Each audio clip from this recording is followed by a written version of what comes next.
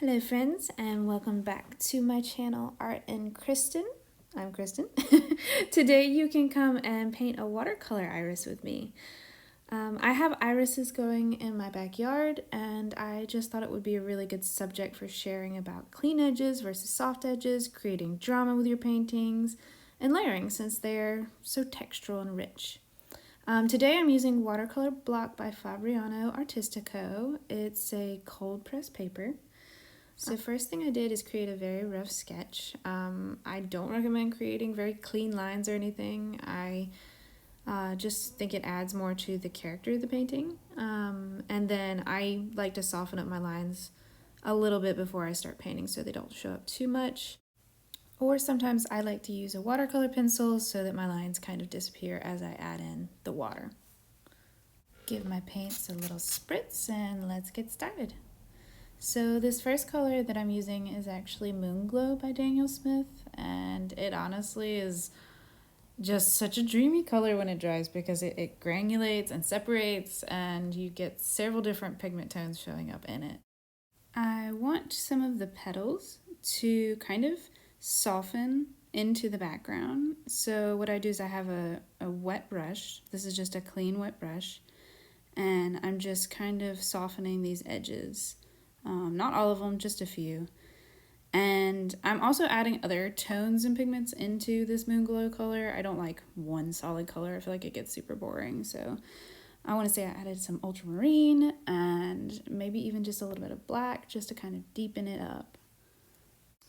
And softening up a few more edges just so I kind of have a couple spots where the background will kind of just fade into the petal. And here is the background, pretty much all painted in here. And you can kind of really start seeing those colors starting to separate. I also like to make sure I don't have any puddles that will just bleed back, so I kind of dry off my brush and grab those. I'm starting to paint in my petals now, and I've done a mix of Daniel Smith's Wisteria with Schmincke's Ultramarine Blue. I think it's Ultramarine Finest, actually. Then to give some of those lighter highlights on the petal, I'm drying off my brush and just kind of pressing into the paint and picking it up. And this will add so much shape to whatever you're painting. I want the middle of this iris to be a very soft blend of a couple different tones.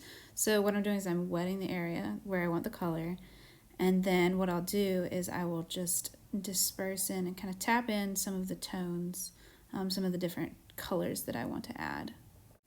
And as you can see, since I have the paper like just wet enough so you can see a little shine, the color is just going to gently bleed. And keep in mind, some colors bleed like quicker than others. Like they will disperse faster. So you'll have to experiment with your colors that you own and just see what works. Often I will do a test for every time I want to do something like this, just to remember how the paint will spread. Some of the petals that I'm painting, they're very dark, but they have this like bright pink edging. So I'm using this opera pink from Daniel Smith to kind of give that highlighter tone. Actually, I think there's a little rose of ultramarine in this too, but just to give me that pop on the edges. And then while this is still damp, I'm taking some black and just kind of getting it to bleed into that pink. I will probably need to layer this up again after it dries, but this will just give me a really soft transition. Also keep in mind when you are doing this, make sure that second color that you're sort of infusing into this damp color you've already put down, make sure that second color has a little less water in it. You don't want it thick, but just a little bit less, because if you have more water in it, if it's a thinner color, then it's going to create those little blossoms or blooms. Now I'm going to go back in with that clean brush, kind of dried off a bit, and create a few little spots where the light is hitting the petal and creating those little highlights. I kept the stem pretty loose by just wetting the area of the stem and then tossing in some different tones of greens and browns. I want to say this is Green Apatite Genuine, I believe, with a little sepia brown in it.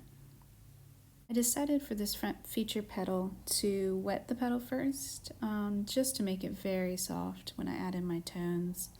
I want to talk a little bit about clean, sharp edges versus really soft edges. And this can be kind of difficult if you're beginning watercolor.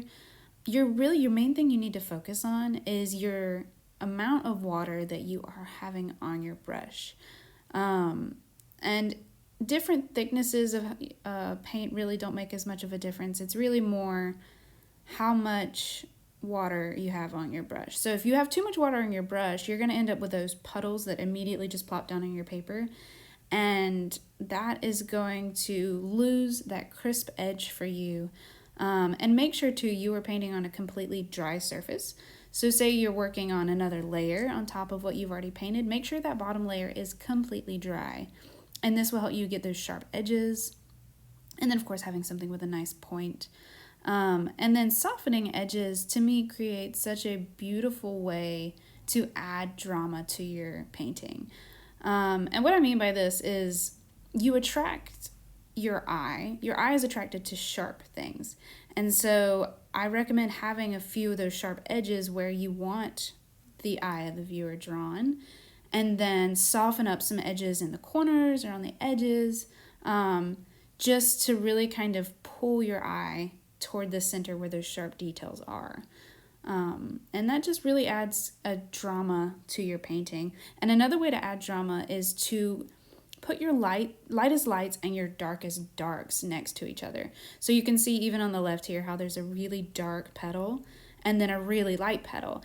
And that, again, that's going to pull your eye right to the flower, right to the center of the flower, and just really create that drama, the tension, that makes a painting interesting. Some last little additions. I'm going to add a little bit of white with my trusty jelly roll. And I try to leave my whites where I can, but I don't mind going in with this guy sometimes to add in those tiny little details that really just make it pop and add so much interest to the center of the flower, which is where I'm trying to draw your eye. After getting to this point on the flower, I did realize that I wanted to make the right side of the background a deeper color.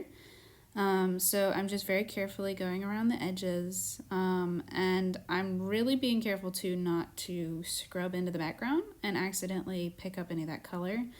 And this is a clean brush and barely any water on it, just kind of softening the edge. And again, very, very carefully so I don't pick up the background.